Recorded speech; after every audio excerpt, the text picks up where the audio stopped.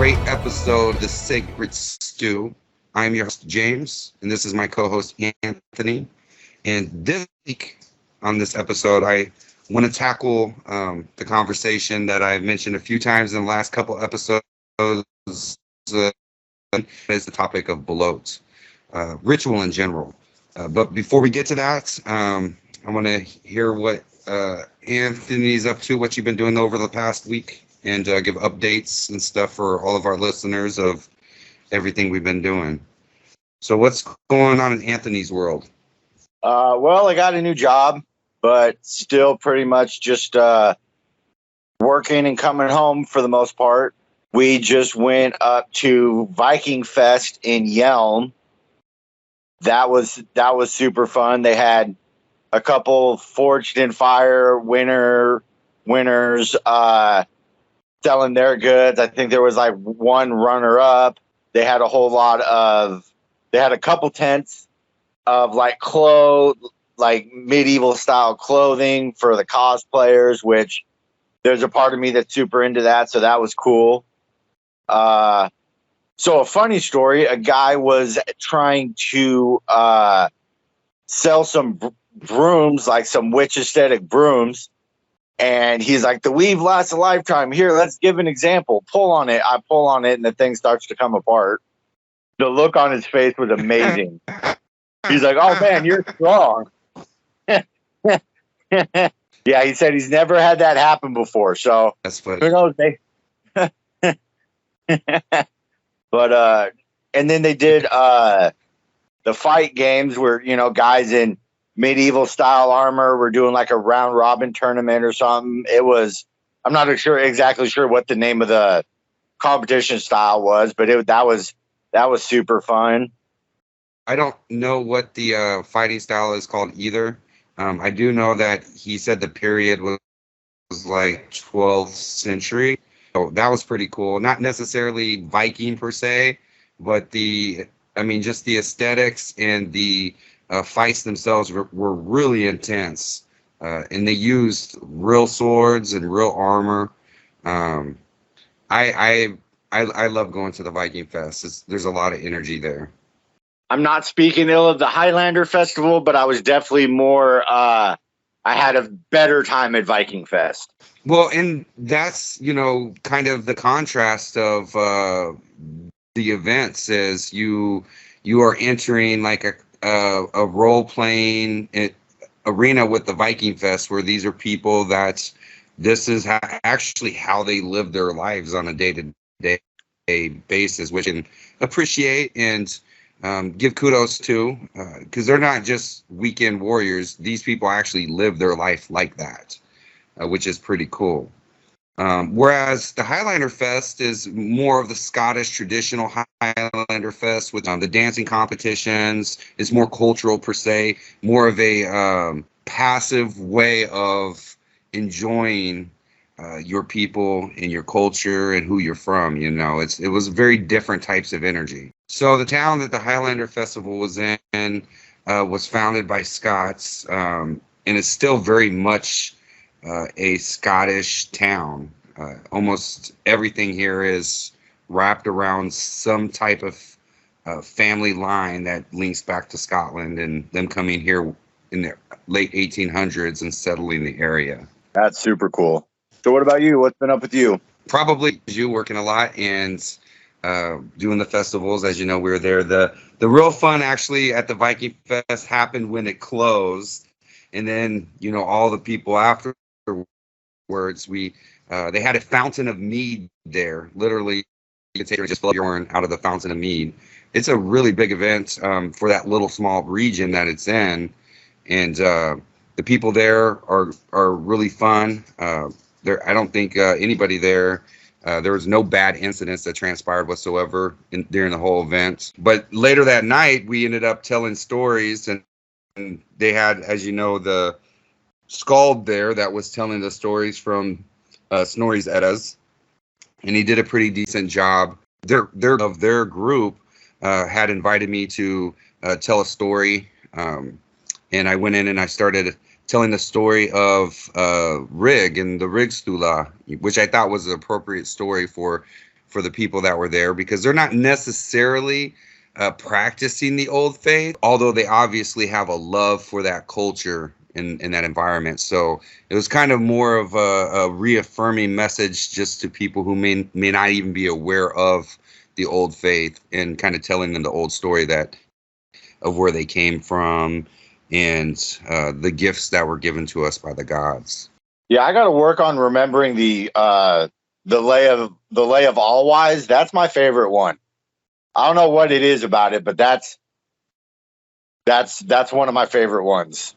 Why? Honestly, I think a big part of it is most people would assume Thor's just a big vulgar dummy, and he actually outsmarts the dwarf that's trying to swipe his daughter. So he doesn't have to renege on the deal. He just gets the dwarf to keep talking until the sun comes up and turns him to stone. So the dwarf is stone. He can't marry the daughter because he's stone. Okay. I think out of all of my favorite stories, the Rigstula is my most favorite. Just to it, and I don't know, I'm really attached to it. But I do know a lot of stories. You've heard a few of them. But out of all of them, the Rigstula, hands down, to me, is the very best. Yeah, I would agree. It's one of the most important ones, if not the most important. So, moving on a little bit from this, actually, I don't know if any pings on questions and stuff, but I had a couple people reach out to me about some questions. And so I just wanted to take a couple minutes here and circle to some of the conversations that we had in the last couple episodes and deal with a couple points that people raise, if you're willing to entertain that. Of course. So I had somebody reach out to me, and essentially his question, he listened to the episode last week about and rites of passage, and he was wondering, we do, as an individual that was raised with no rites of passage and has no children or family and all of that. And he's like, what can I do? Can I still do rites of passage? Is there things that I can still, learn? And yes, our whole life is just rites of passage that happen unconsciously, mostly. When we're born, that's a rite of passage. When we marry a woman, that's a rite of passage. When we hunt and kill something, even if it wasn't done, in the setting of a tribe or a specific clan or kindred or something like that. I mean, these things are still rites of passage. But the most important thing that you can do is, number one, find a wife, find a woman to have a family with, and teach your children these skills. And when you teach them these skills, layer it with the knowledge of our faith, layer it with the Lord, layer it with our life. Explain things to them, tell your children stories. If you don't have children and you are not married, the best thing that you can do is actually find an organization where you can contribute your knowledge and skills to children, to teach them. Because there's just so many people that aren't doing anything, They like listening to videos on YouTube or TV, or they like to read lots of books, but they're not actually applying themselves. And that's what we really need, is just people out there applying themselves and teaching the children in a way that they grow up with these skills and this knowledge. Not to be a conspiracy theorist, and I know that, Anthony, you're still waiting for that episode when we get into the woo and all of that. But I'm a firm believer that all of these common entities that we have in our life, the lights and the TVs and the cars and things like this, I'm a firm believer that there may come a day that when we do not have these amenities to rely upon. And people always fantasize in their brain that they'll be the person out there that survives it all and all of that. But so many people think that food comes from grocery stores, and that's a common problem in our society, is they're not in touch with nature. They don't know how to work within nature.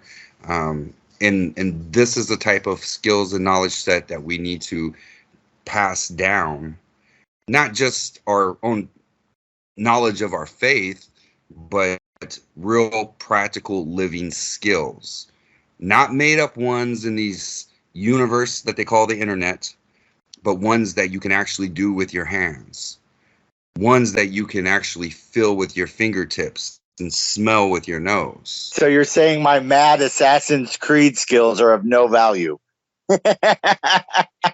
It depends on what version you're playing. You playing Valhalla? I just beat all of Valhalla. Yes, Nice. I was not entirely disappointed. Nice. Like there's a lot of things that they didn't get right. I'm not going to try to say it's accurate, but it was a very interesting story. I mean, it had its little woke elements laced here and there. I'm expecting that with anything, but I thought it was a good story that wasn't entirely.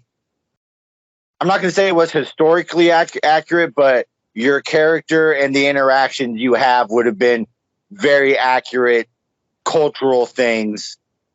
I'm pretty sure the game's set in like 900, 1000 CE. Those who don't know, I'm not a very big gaming person. I used to be when I was younger. I'm a little bit older with some gray hairs in my beard now, so I don't play it very often. And why we are on this subject, I'll mention, because part of the reason why I didn't continue playing games was I live in the forest. And where I live, there is only one internet option, and that is satellite internet. And so our internet connection is a little bit, it's not very good at all, as you know, Anthony. And so people may wonder, like, I had my son comment on the episode last week, and he was like, man, that really sounds like your voice is dragging in that recording. And it does. And a lot of that's just the bad internet connection that I have. But this is my means of communicating for where I live. So for those of you that have bared the drags and the skips and the messages and conversations that we have, it is my lack of good internet where I live. So, hey, but Anthony, on that question that I answered for our listener, did you have anything you'd add to that? I mean, just kind of slightly touching on what you had said along the same vein. I think it's really easy to overcomplicate rites of passage. I mean, they're absolutely important, but 99% of those rites were all about boys and girls learning the skills they need to take care of themselves and the tribe, bettering themselves. So, I mean, to give like a super mundane example, if you go out and you take the time and study and learn a new skill that allows you to make more money or hold a higher position in whatever company you work for, or, you know, anything that elevates you, the act of doing that is a rite of passage in a very mundane way. And just because it's mundane doesn't mean it's less impactful, because we live in this physical world as much as the spiritual. We are tied to both. So, you know, doing something to better yourself is in line with a rite of passage. Very well said, Anthony. Did you have anybody reach out with comments or questions for you? No, my contact information is not, we don't really have it listed at this point. I mean, I try to pay attention to the YouTube comments, but we don't get very many on there. And so no, me personally, and most of the people that would have know the both of us, so they're probably going to ask you. You're the big brain guy. I'm the bring it back down to level guy. What I'm waiting for are the questions. So I asked James, and he said this. Oh, well, James meant this. You're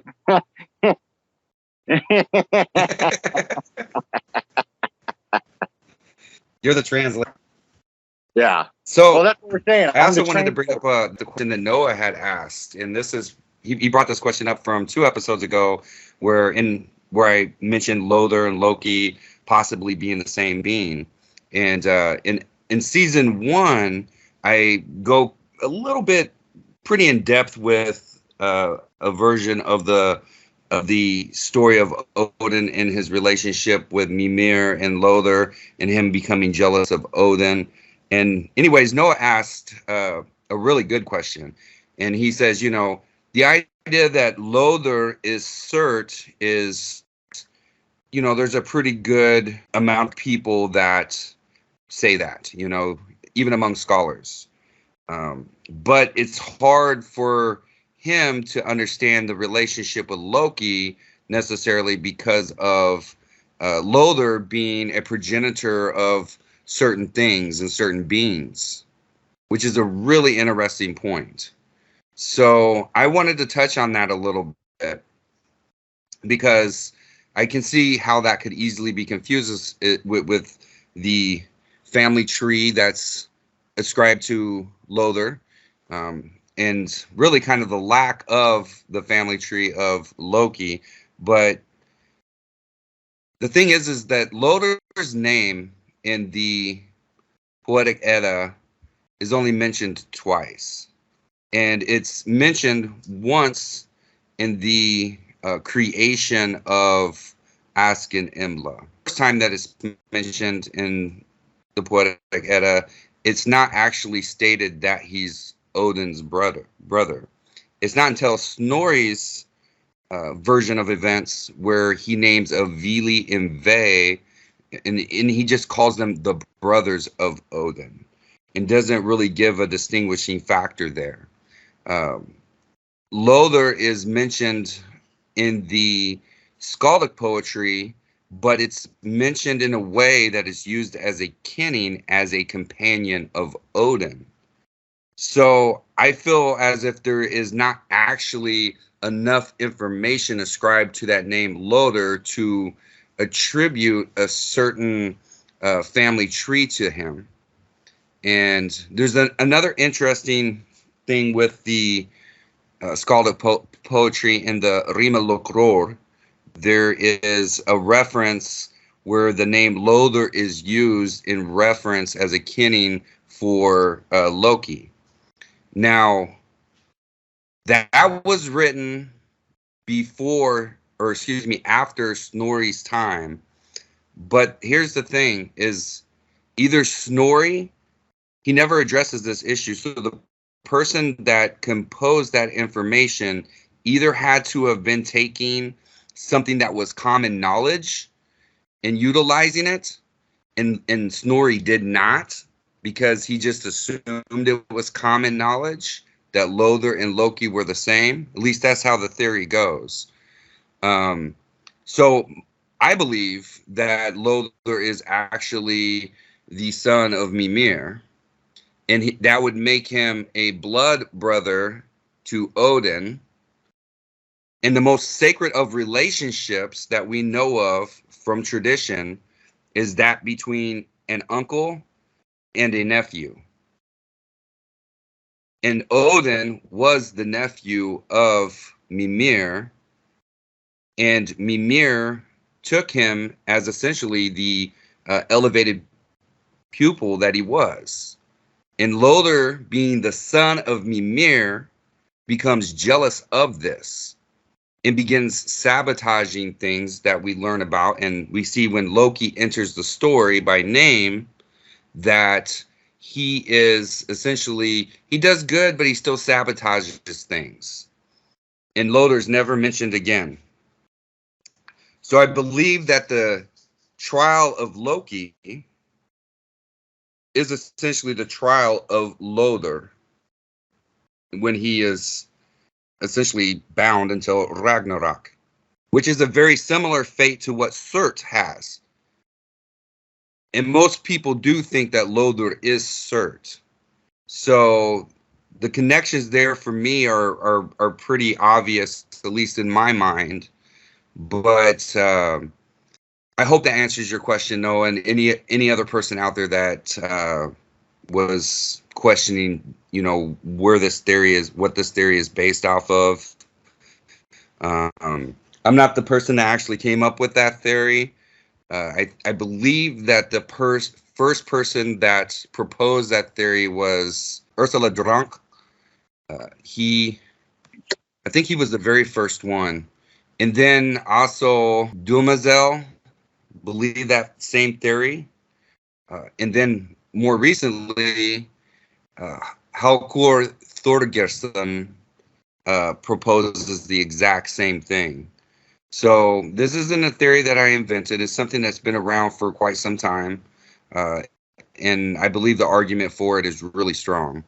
Uh, you don't have to necessarily believe it, but when you look at the chronology of events that happen from creation until Ragnarok, it fits very nicely in there. Yeah, and like all I know is the conversations that we've had about it.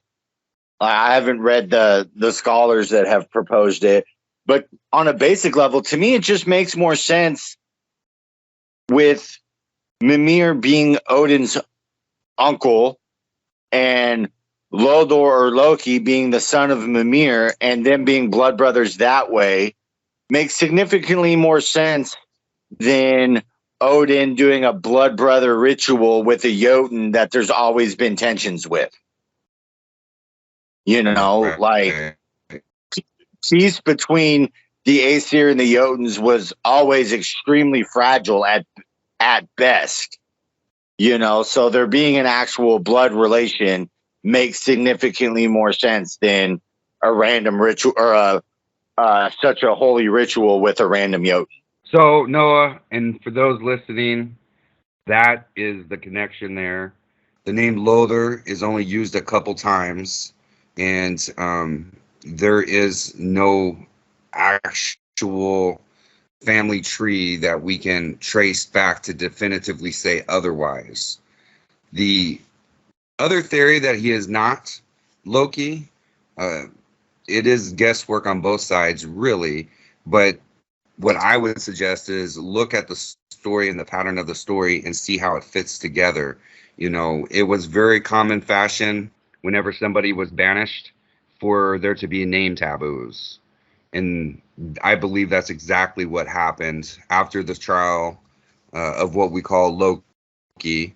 That was actually the trial of Lothar, and there was a name taboo, and thus his lips were sewn shut. You know, so that's how I believe everything happened. Well, it's one of the better sounding speculations that I've heard in a while. And I really hate to put, UPG into things, but it does fit in our faith, you know, as long as it fits within tradition.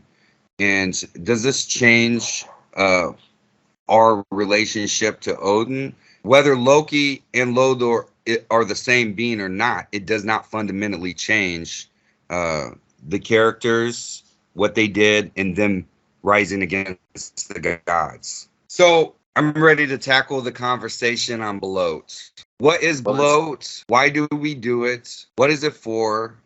What are the mechanics of it? And is it something that we should do? Is it something that we even need to do? What is your answer to all of these, Anthony?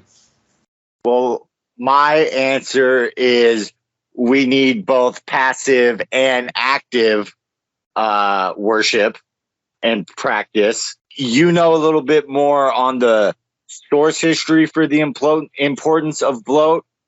But yeah, I mean, any ethnic culture had rituals they did for their gods and goddesses, and it enabled a reciprocal relationship. We made them stronger, they made us stronger. And so yes, absolutely, we need to do bloats. Bloat meaning sacrifice, as I understand it. Yes, we sacrifice to our gods. That's a no-brainer. So I guess the best place to start, what is bloat? How would you describe bloat, Anthony?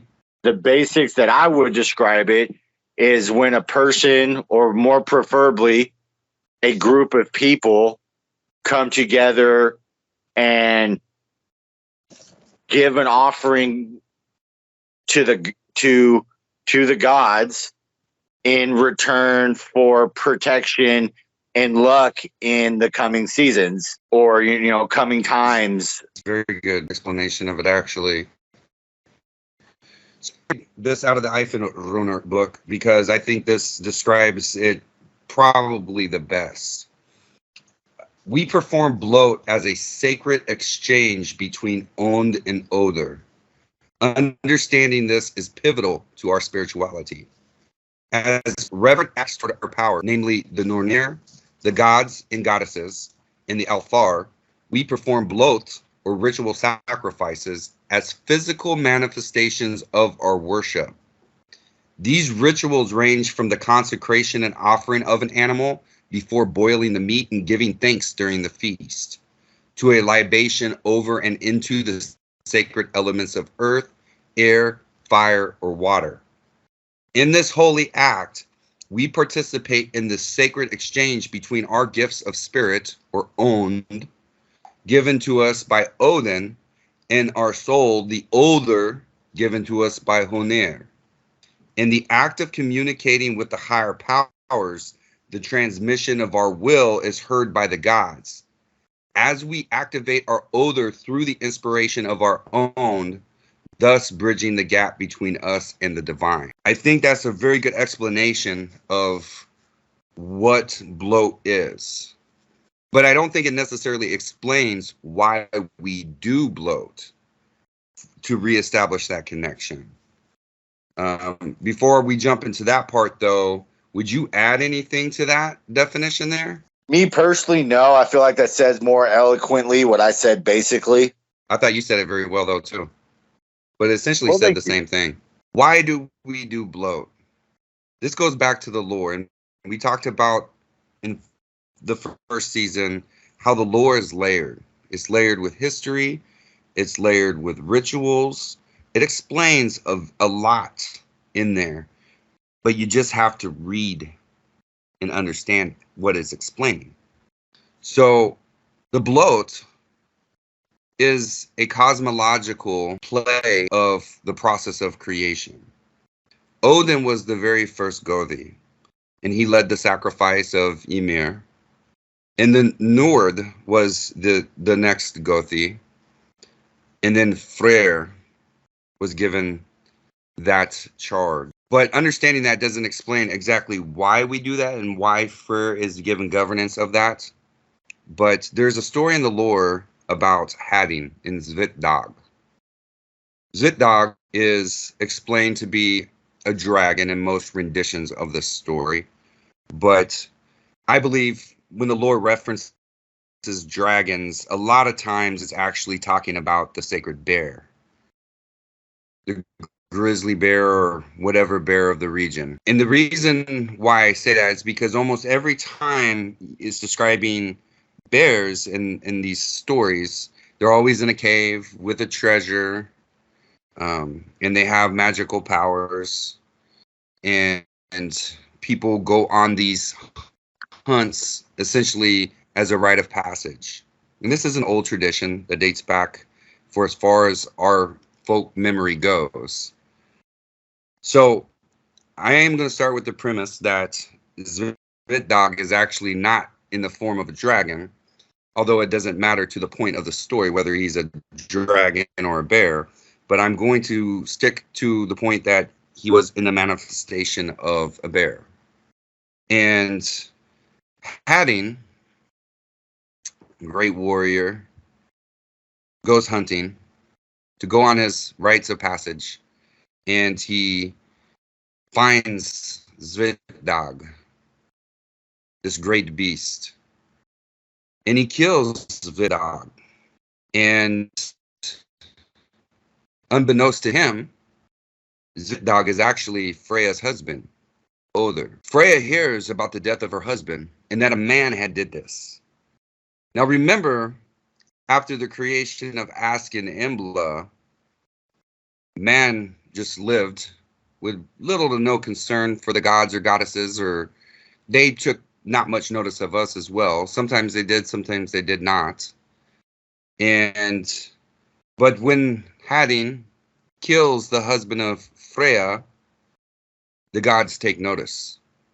For now a man has committed deicide, that act of killing a god.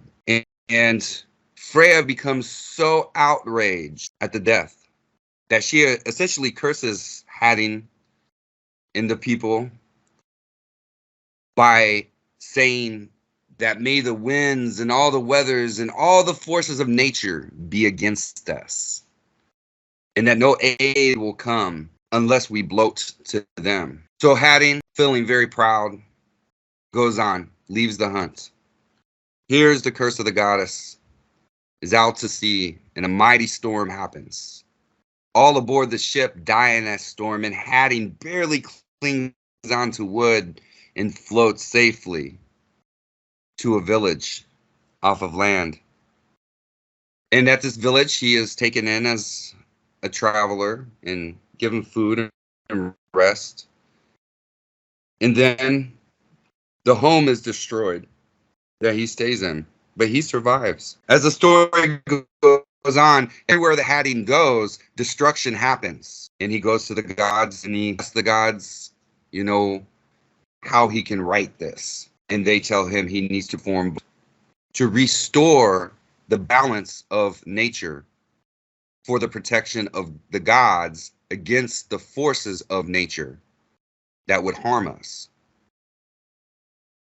Now, this gets very theologically deep because now we begin talking about Erlog and we begin talking about fate and destiny and how these things work, which we've talked about a little bit in past episodes. But I want to stay really narrowly focused on the aspect of Blot itself. Quick questions on that before we move forward. Would we differentiate this or keep this from being looked at as our version of the first sin that the Christians always talk about? Because to people that don't completely understand the dynamic of how it works, Hatting killing Swipdag and then Freya cursing us could be seen as a similar metaphor to Adam and Eve eating from the tree of knowledge in the Abrahamic faith and thus damning us to sinners for all of eternity. As far as like the original sin concept, essentially in Midgard, what we would know as our universe, beings travel all through. And there's laws that were established that all must live by.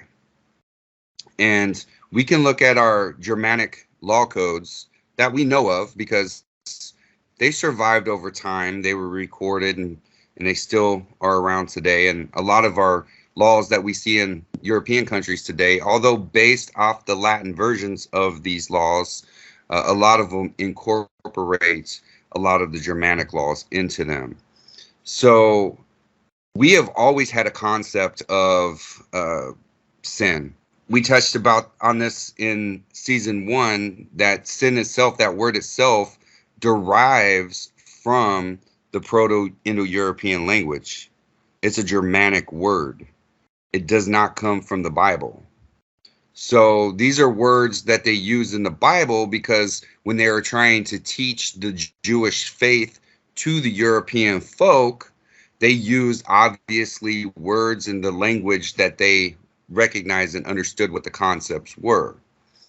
Now, anytime in Germanic law that somebody was killed, whether it was maliciously or accidentally, the law always calls for some sort of reconciling of that. And traditionally, there was like money that had to be paid, you know, for the death of a person, depending on their status. So this goes at the very heart of our law code, just for our functioning. And these are things that Rig taught us because he took the law of the gods and he taught us those laws and told us this is how we need to do it. So we can take those Germanic laws and understand what is happening whenever we see this act committed against the gods. It's the same law code that's playing out here. And it's not necessarily that Freya herself is actually like, or the gods are doing harm to us, but rather they're removing their protection from us. And in order to restore the balance of our connection to the gods, we have to perform bloat. And that's how it's done. Does that make sense? Yeah. So it's not like, Does that answer that question? yeah. So like what I got out of that is it isn't that in doing so we became lesser. It's that a deity was killed and something needed to happen to restore his influence in the universe. So by us bloating, we are doing our part to help restore the balance that was lost. Between the folk and our gods, yes. And now I want to differentiate, because a lot of people, they still have these ideas or conceptions in their head of, how they picture the gods. And a lot of it is because of modern TV and comic books and, and just different ways of perceiving what the gods are. And they really try to personalize the gods in a way that some people may feel like they have personal relationships with whatever god.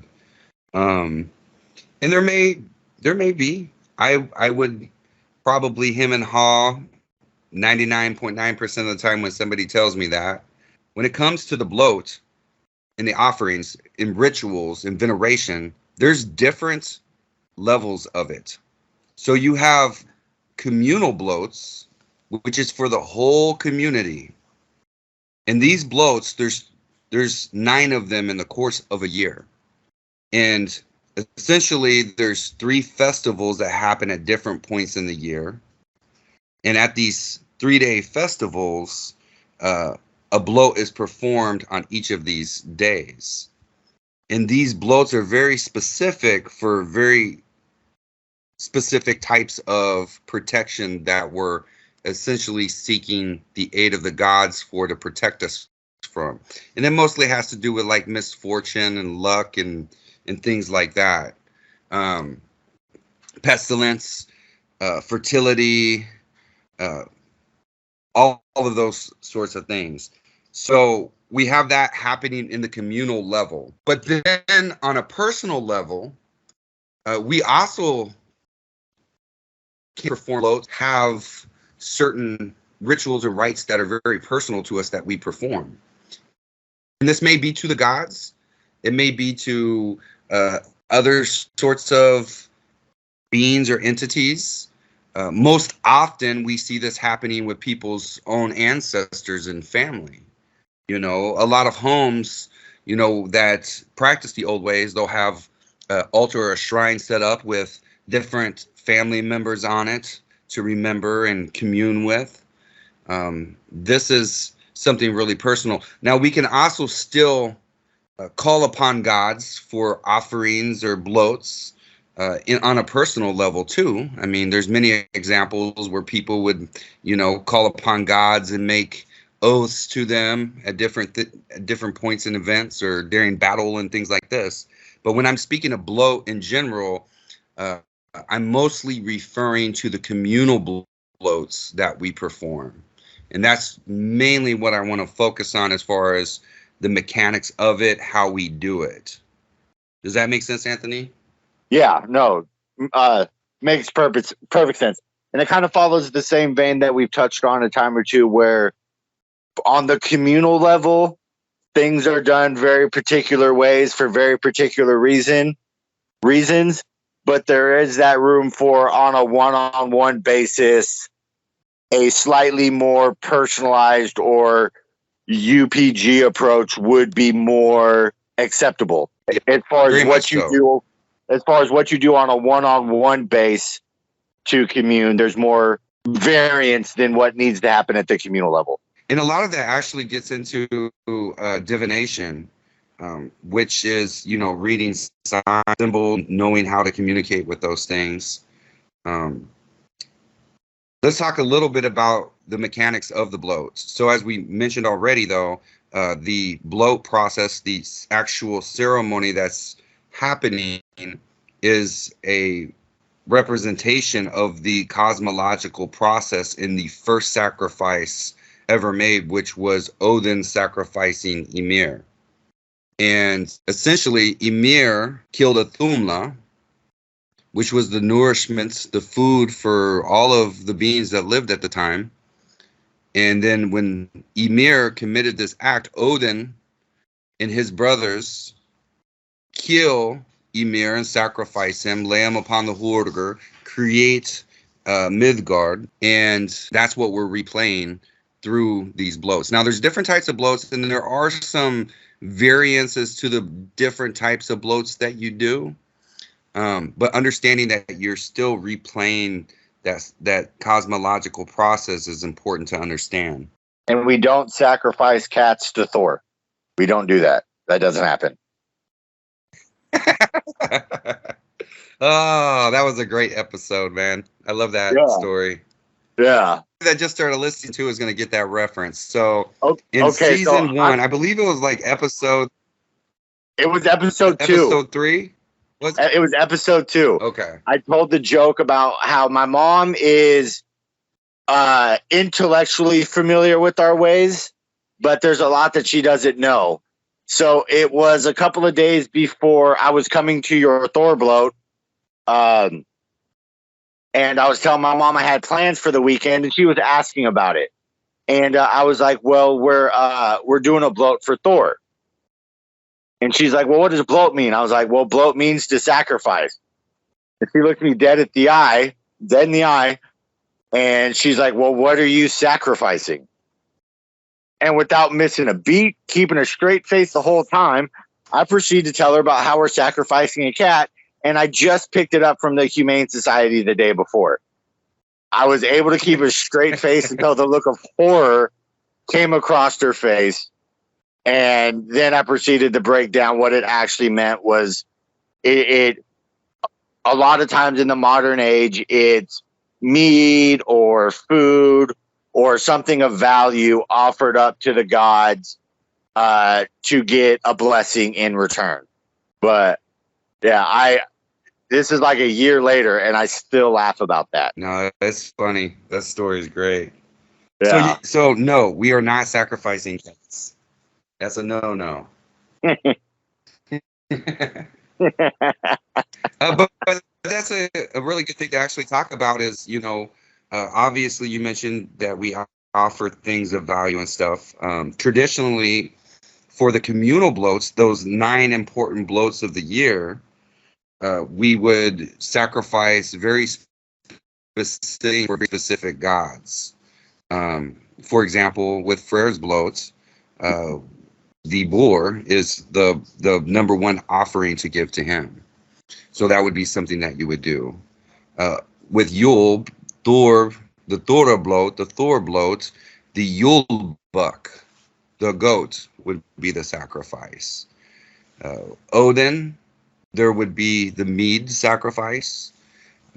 Then you also have another bloat where essentially you're calling upon all of the Aesir, and you would give them an ur, or what we would use today, beef or a bull or a cow, preferably a cow, would be the sacrifice. So I don't think any community right now is at a level where they're sacrificing cows. So usually, they will purchase meat, and that becomes that. And very often, a lot of the sacrifices are part of the meal for the community, and the meal itself forms a nutritional basis of blessing to the folk, and that same meal is shared with the gods and given as an offering to them.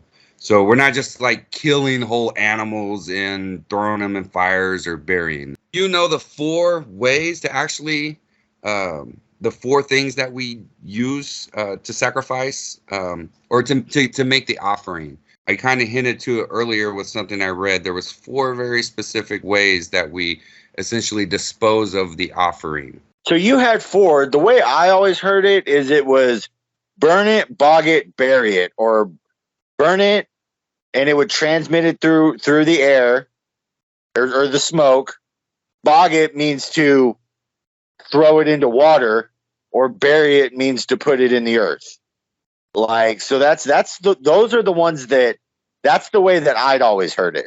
The 4 is to burn it on fire, bury it in the earth, immerse it into the water. And bogging actually is quite interesting because bogging was reserved for things that they were trying to hide. So people that committed certain types of crimes against the folk, that were essentially shameful things, they would bog them in bogs that was not actually like a public ceremony in most instances. Oh. But the 4th way would be by hanging it in the air. So we have, for example, Odin is the hanging god. And so very often they would hang sacrifices in trees. So Odin would take the spirit of that sacrifice, and that was his realm of how he took his sacrifices. So like you can relate this to like modern day Christmas trees, for example, where like we have the tradition of hanging different different things on our Christmas trees throughout the years: gingerbread, popcorn, candies, all sorts of stuff. That tradition actually dates back further than we can imagine, of hanging those sacrifices to Odin in the tree, the Christmas tree being a representation of Yggdrasil. So this is just a tradition where we began at some point to bring the trees into our home, most likely because we had to hide this practice from the church. And we, instead of going to a grove where they would hang their sacrifices during Yule in the trees, we began to do that with trees in our homes, hiding that practice for some reason. That is where I believe that tradition actually comes from. I also have an interesting theory about Yule too. An interesting theory on Yule? I mean, there's already people that know that Yule actually isn't during the solstice period. A lot of people follow a Wiccan calendar and believe that the solstice is Yule, but it is not. Our ancestors reckoned the time by the moons. So Yule is actually a point after the solstice when a moon appears, and then the Yule period actually begins at that point. And the solstice period, though, with that being said, is still very important because what's actually transpiring before solstice, and during solstice and into the new year, before the actual Yule starts, is the Great Hunt. And so in times of yore, what they would do is they would hang their offerings during this period to Odin. They would hang the offerings in trees, and then he would collect those offerings during the Great Hunt. And then after that Great Hunt period is over, then shortly thereafter, Yule begins, and you have your Yule Blot. And yeah, that's my theory anyways. Other people share that same theory, but I know that most people don't understand or have probably not even come into contact with that information yet. And it's because the Wiccan calendar that was created 50 years ago, everybody has published that in all sorts of books and manuals. And so now everybody has been practicing on a calendar that is not authentic to the times or dates that we actually practice these traditions on. To be fair, in those early days, there was a lot of, I don't want to say necessary mixing, but understandable mixings for the amount of information at the time, to where it's understandable why they did that. But we have enough information now that we have to leave the Wiccans with their stuff and start more in-depthly building our own separate tradition. Yeah, well, I wouldn't even call it a separate tradition because there's actually a lot a lot of people that are aware of our community and here in the Pacific Northwest, we've adopted this formally at the All Thing this year, but we've been doing it at least or starting to implement it over the last couple of years. And there's reasons why these dates and the way it works in the cycle, it ties to the seasons in very specific periods when communication with the gods and the ancestors is most apt to happen. So this is why there's an importance on those dates. So regarding the bloat and the mechanics of it, it's important, I guess, for us to kind of walk through how a ritual should be performed. And when I say should, I'm basing this off of information that we have that has survived in the Poetic Edda and other historical documents that recorded these things. A lot of people may hem and haw over the information I'm about to share, but a lot of them are just, they haven't connected the dots between the various pieces of information. So when we talk about reconstructing how these rituals were actually performed, that has been done now. There is no one that can make an excuse anymore where they say that, oh, well, the information, there's not that much and everything contradicts each other. Nobody knows. No, the Noriana Society has completely reconstructed the ritual for the most part. Of course, there's still things to learn, but we can tie every single piece of the ritual back to things and explanations given in the lore. So the formula, the bloat formula. So when you're going to a bloat area, where you're at is very important. The place where you're going to perform this rite. Traditionally, before the Christian era, our folk would gather in groves in the forests.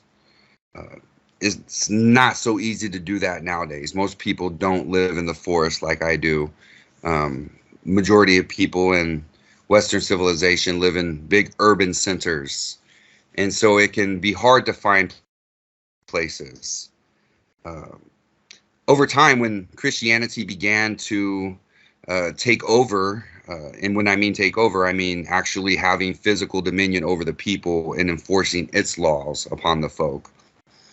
They began forbidding us from gathering in certain places, gathering at certain times.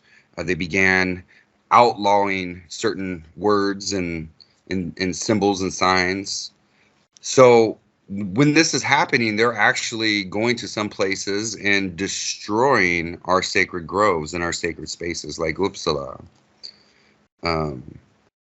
So what we began doing is there was a compromise that was made where in the urban centers, they could preserve the grove. And we would relate that today very similar to like city parks where there's trees and people go to relax and commune with nature a little bit that live in the cities. So they would have confined groves that were buried, that were walled off from the rest of the city. And these would be the sacred areas. That was the first compromise. Then the second events that began to happen when they started destroying these things, we began actually placing these inside of hofs, the idols and the gods, inside of buildings to hide them from the Christian clergy. And that is how we began practicing and doing our rites into buildings. And a lot of people put a lot of stress on the hofs and how they work and having them.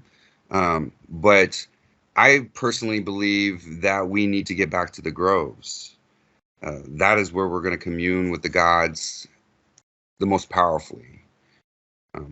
As we mentioned in previous episodes, Anthony, and you've been up here several times, we have a grove up here, and I definitely feel connected to the gods in that sacred space that's been dedicated to them.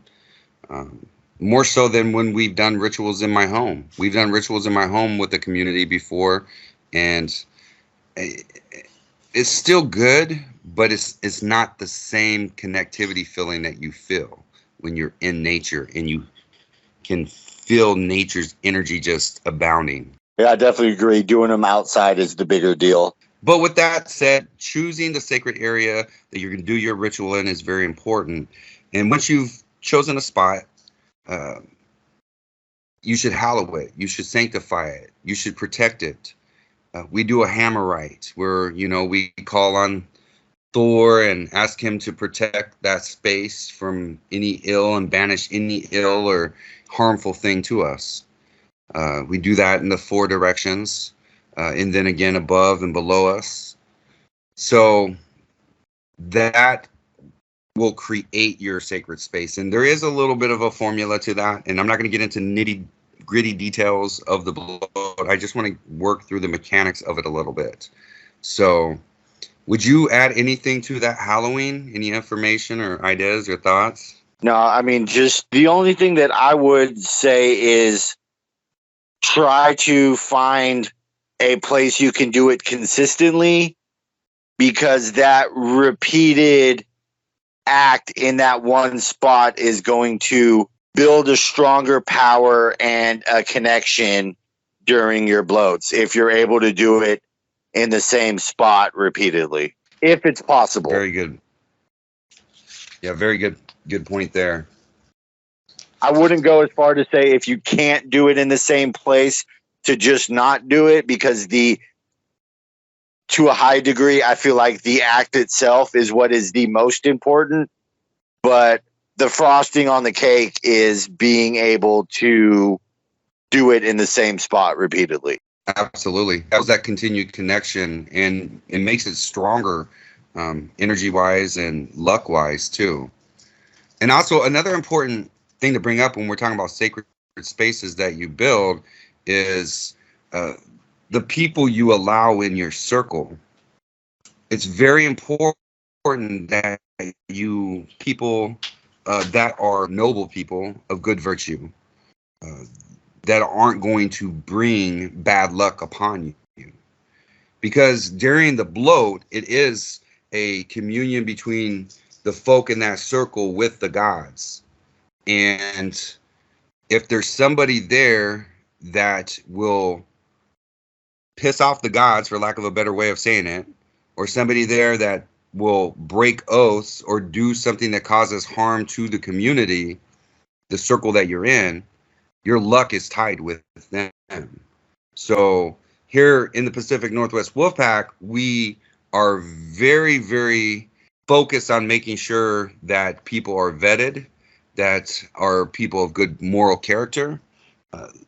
We're very careful of the people we let get in that ritual circle with us. I know that I have felt the ill effects where there was somebody that was not of good repute, and them doing things and breaking oaths. And I feel like I was affected by that in person, in like life things that happened to me because of this person breaking an oath. So I think there's many of us that have similar experiences over time. Yeah, you said that, and I You just have think anything to add to that? Well, I mean, not directly, and I don't want to get into too much specifics on here, but like as soon as you said that, I thought about that one bloat I was at where the tree branch snapped off and fell down right in front of the person conducting the bloat. Remember I told you about that? Yeah. This goes to another point that's also a very important mechanic of the bloat, is divination, or reading the signs from the gods. So, and there's many ways to do it. You could do it with runes. You can do it with augury. But reading omens that happen. For example, at our May pole ceremony that we did, as we're weaving the maypole together, there is a spider that's in the weave with it, and the spider is in there weaving its strand with our strands. That was an amazing omen to see. That was an omen from the gods. And being able to read these signs and these peculiar things that happen, is an important part of ritual as well, because that's how we receive our messages from the gods in return for our gifts, whether or not we know they've been accepted by them or not. Some people would call that superstitious, though. What would you say to that, Anthony? I'd say it's superstitious and it's pagan. It's heathen. Like we have an integrated worldview of the physical and the spiritual. So yes, we read these things and they mean something. It's just some heathen shit, huh? Yeah, pretty much. So what I would say, I mean, you had a perfect answer there, but what I would say to add to that is many people out there pull runes. Many people out there have dreams. Many people have different intuitions and things like that. And here's the thing. Why engage in divinatory practices if you don't believe in fate? Because without fate, without Erlog, there is no divination. None. It doesn't exist. It's made up. So you can either be in the camp, the side that doesn't believe in any of that, which is not what our ancestors have told us and explained to us, and what I've personally experienced in my own life. Or you can be in the camp that understands that there's a congruence with the entire universe in the way that these beings and forces interact, in the way the weird, as they call it, is weaved. Yeah. Like the first way I heard it that really resonated with me was the future is as solid as a rock, but as fluid as the ocean. And I personally don't take that to mean that we're able to, change any aspect of our future. I mean, I personally, I think to a certain extent, the choices we make can lead us to one of two or three next step potentials. But I think at the end of the day, we walk out how we're supposed to.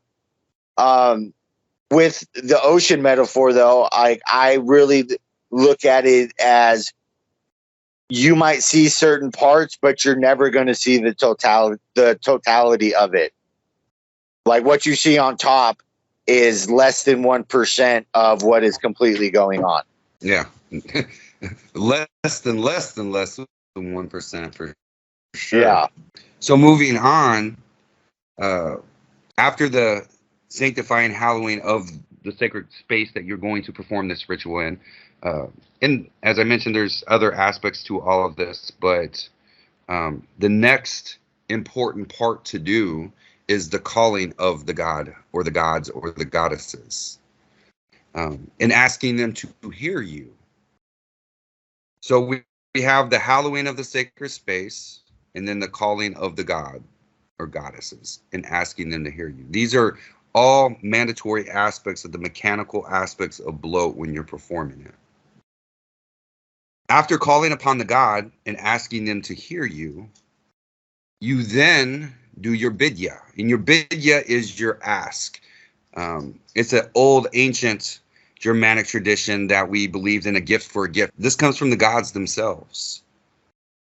Odin himself tells us in the Havamal, to a friend, a person should be a friend. Return a gift for a gift.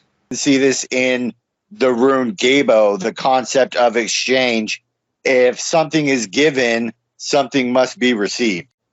So like using the example, like I loan you $20, when you come back and try to give me a gift in return, I have to accept it to allow that complete exchange of energy, or if you give me $20, I am required to give you something in return to keep that flow of exchange going. Yeah, absolutely. In the Havamal, Odin tells us, do you know how to bloat?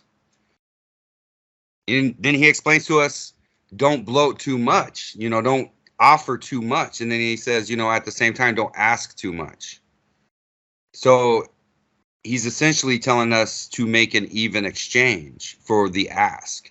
So with our people, there's always a give and an ask. Every time you give, you're looking for an exchange of energy. That's just the way of our folk. It's our tradition.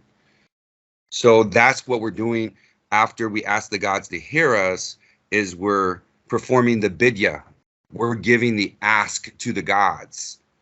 And what we're asking them depends upon the bloat that we're performing, in which god it's to, in which season it is in, which part of the cycle that we're entering into. But the formula stays the same with little variance between the 9 bloats throughout the year. After the bidya is the blotya. So that's the giving of the offering to the gods. Kind of already went over how the offerings should be, very specific things for very specific gods. So won't go over that again. So after the offering is given, then is the divination part of it.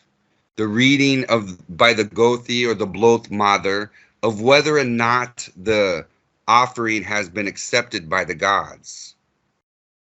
And this divination can happen, as I mentioned, either by the pulling of runes in the reading thereof. It could happen by augury. It could happen by reading signs of things around you. Maybe the sign will stick out, like the breaking of the tree when you were in that bloat. I mean, when you saw that tree break, you automatically knew that meant something. Yeah. I wasn't entirely sure what it meant, but I knew it meant something. It's a bad omen. Yeah. Anytime a tree broke, it was always a bad omen. And it's important that we read these signs because this is the gods speaking to us. So the divination part of it, one of the things that I do in some of my bloats is we will actually pull runes that are read during the process. And we have the bloat bowl, and the runes are scraped into the bloat bowl. I've mentioned this in previous episodes as well. And this is done to scrape that fate in the reading, if it was accepted, into the blessing of the folk, the sprinkling of the folk with the sacred Alu mead that we have there. And so that is sealing the fate and the protection of everyone in that circle. I've been in other rituals where we have seen, for example, certain birds fly overhead right after an offering is given. And there was an instance where an eagle flew right overhead and it had a snake that it was holding. And this is happening right just moments after the offering is given. And using augury, divination methods, and seeing what nature itself is telling us, the signs and symbols that the gods present to us through nature itself, we can presume that offering was being accepted by the gods, by Odin. Do you have anything to add to any of that? Nothing of value. What do you think the last part of the bloat mechanically is? The last mechanical thing you should do after all of that is over? Closing the bloat. Like acknowledging that the offering has been received and the rite is ended, and opening the area back up. So those are the mechanical aspects of a bloat. And there's more to it. What you have on your altar, the bloat tools that you use, those are all really important. And we can go over those some other time in a different episode. But understanding, those different aspects of bloat that should be performed in that specific sequence is the first step to understanding how to perform a bloat in a way that will connect you with the gods. Now, what about impersonal ritual, you may ask? I think that personal ritual, things that you do privately, can take various forms and patterns. But generally, that mechanical aspect of doing those rites should contain at least parts of those, whether you're calling on an ancestor. So you should still call their name, and you should ask them to listen to you, and then tell them what's going on and how you need their help, and give them an offering. And in exchange, maybe they'll come to you in a dream and speak to you. Maybe something that will happen will trigger an understanding of what you asked for or what you need. There's lots of different ways that the gods and our ancestors and the elf speak to us. We just have to listen. But the mechanical aspects of doing these acts is very similar. Yeah, I would just say on a personal basis, the aesthetics can be different, more detailed, less detailed. Whatever works best for you personally. But the mechanical skeleton of it is going to be the same. Man, we talked about a lot, actually. Yeah. We went over a lot on this, actually. Yeah. So to summarize, we perform Blot to restore that connection and balance to the gods. And we do this in a way that's traditional to our folk, because we are attaching ourselves to a very powerful connection that our ancestors have done for thousands and thousands of years. And we're tying into that cosmological process to protect our luck, to protect our fates, to protect our descendants, and to also connect us with each other in doing these rites together. What would you add to any of this Blot stuff? Well, there's a part of me that wants to crack a joke about not being Proto-Germanic anymore. Yeah.